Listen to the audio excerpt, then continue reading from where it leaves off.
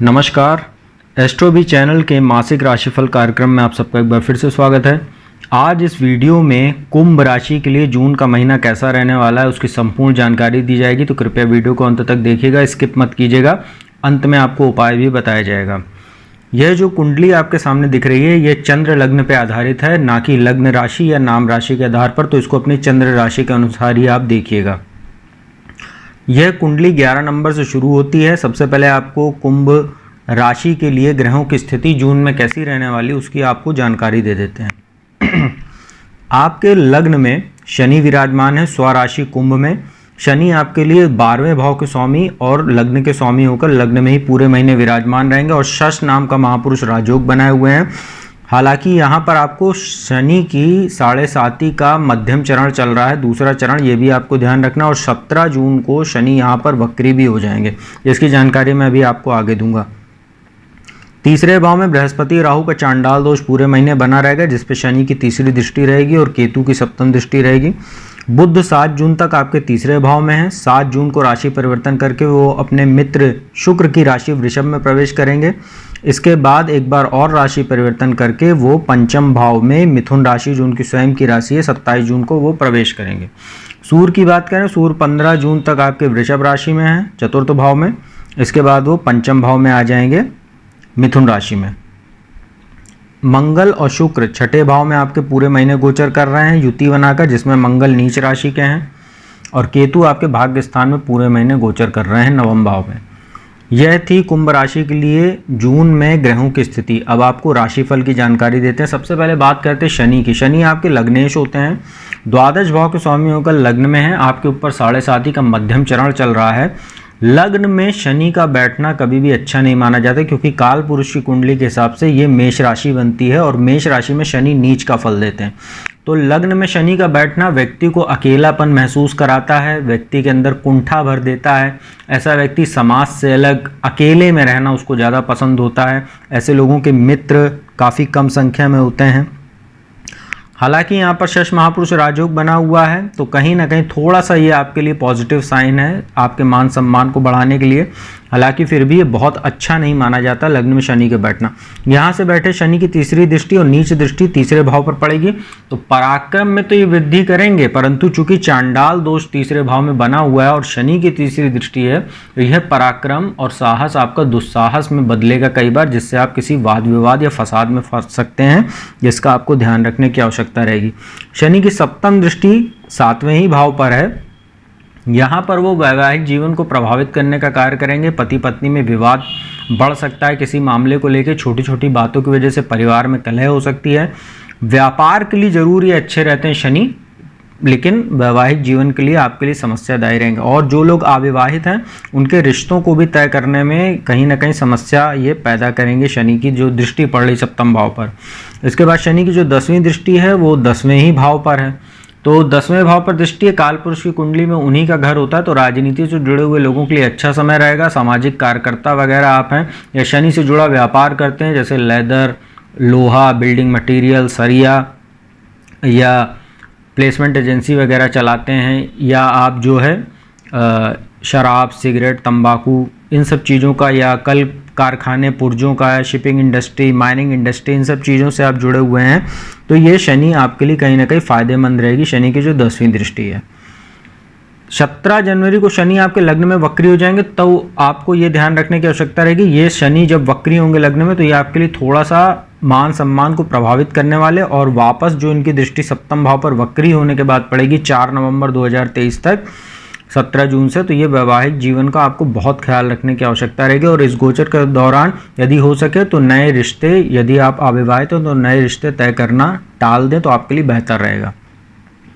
इसके बाद बृहस्पति राहु की बात करते हैं। बृहस्पति राहु का चांडाल दोष तीसरे भाव में बना हुआ है। बृहस्पति आपके लिए काफ़ी शुभ स्थिति में होते हैं, कि एक तो लाभेश होते हैं और धनेश होते हैं, और राहु के साथ तीसरे भाव में बैठे हैं।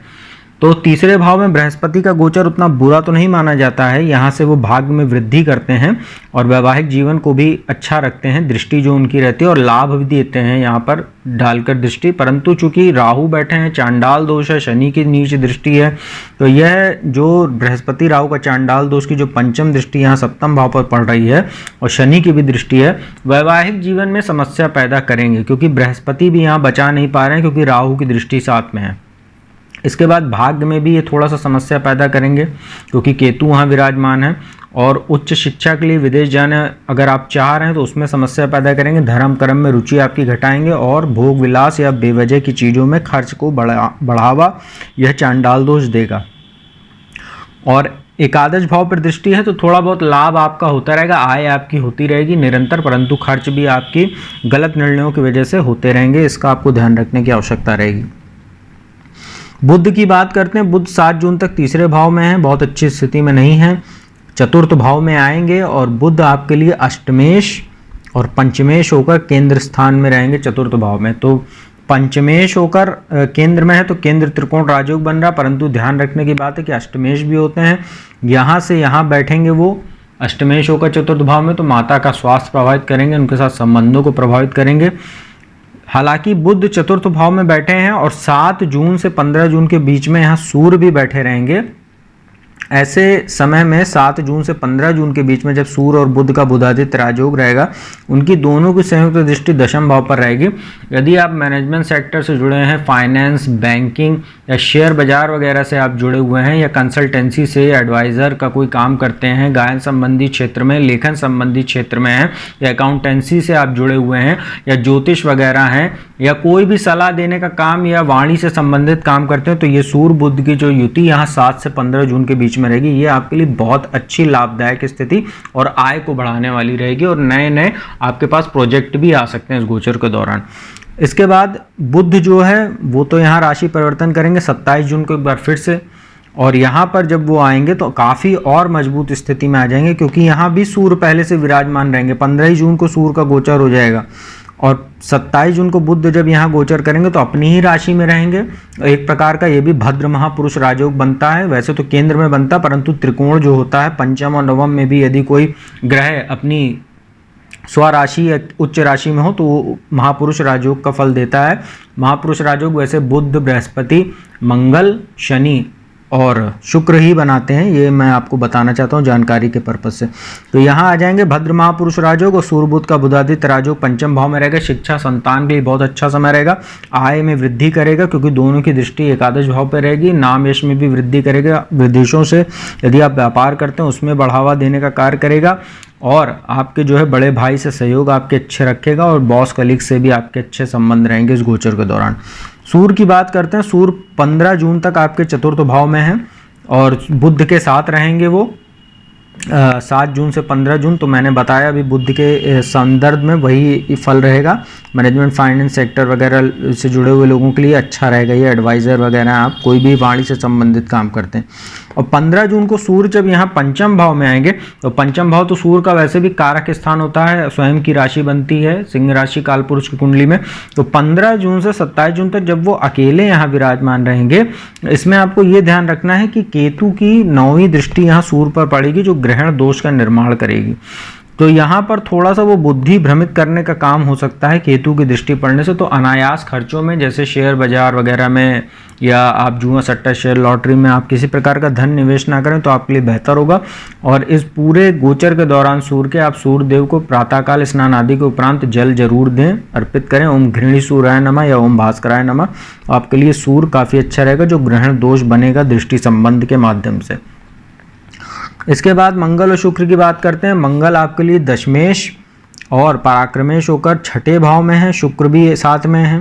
तो मंगल जो है दशमेश होकर छठे भाव में नीच हुए हैं। तो कार्यस्थल पर कुछ समस्या हो सकती है, कार्यस्थल पर आपके लिए कुछ निगेटिव इम्पैक्ट पड़ सकता है, जैसे अनचाहा स्थानांतरण कह लीजिए या स्थान परिवर्तन आपको करना पड़ सकता है, या नौकरी भी छूट सकती है क्योंकि मंगल नीच के हैं छठे भाव में।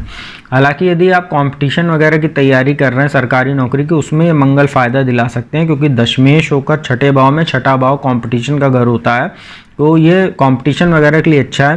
हालांकि आपको अपने पाचन का ध्यान रखने की आवश्यकता रहेगी, क्योंकि मंगल छठे भाव में बैठे तो तेल मसालेदार मिर्ची वाला खाना इस गोचर के दौरान ना खाएं 1 जुलाई तक, तो आपके लिए बेहतर रहेगा। और शुक्र भी छठे भाव में बैठे, शुक्र छठे भाव में रोग स्थान में बैठे हैं, ये आपके लिए मूत्र विकार, डायबिटीज जैसे समस्याओं को पैदा करेंगे। यौन रोग वगैरह की भी स्थिति हो सकती है, क्योंकि मंगल और शुक्र जब साथ में होते हैं तो ये कामुक योग बनाते हैं, कामुकता व्यक्ति के अंदर बढ़ जाती है, जिससे चरित्र दोष भी होता है। तो आप इस प्रकार के व्यसनों से दूर रहिए, शराब सिगरेट से, अन्यथा आपको कोई गंभीर बीमारी भी हो सकती है, क्योंकि मंगल शुक्र की युति छठे भाव में, और ये दोनों की युति द्वादश भाव पर पड़ेगी। तो द्वादश भाव पर पड़ेगी तो अनावश्यक खर्च भी बढ़ाएगा, ये बेवजह के जो भोग विलास आपका मन लगेगा भोग में, जैसे एक्स्ट्रा मैरिटल अफेयर वगैरह या आपका किसी के साथ रिलेशनशिप हो, उस पर आप बेवजह के खर्चे दिखावे पर करेंगे, जिससे आपको धन की भी कमी हो सकती है, इसका आप ध्यान रखिएगा।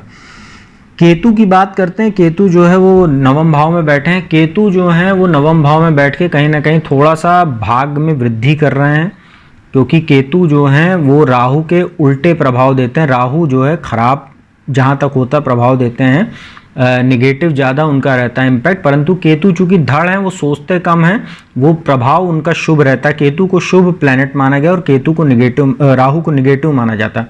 तो भाग्य स्थान में बैठे, भाग में वृद्धि करेंगे, धर्म कर्म में आपका मन लगा रहेगा, जो चांडाल दोष की वजह से कहीं ना कहीं खराब हो रहा है, और ये आपके जो है उच्च शिक्षा के लिए भी अच्छे योग बनाएगा। यदि विदेश जाना चाह रहे हैं तो यदि आप कोशिश करते हैं तो ये केतु आपकी मदद करेगा।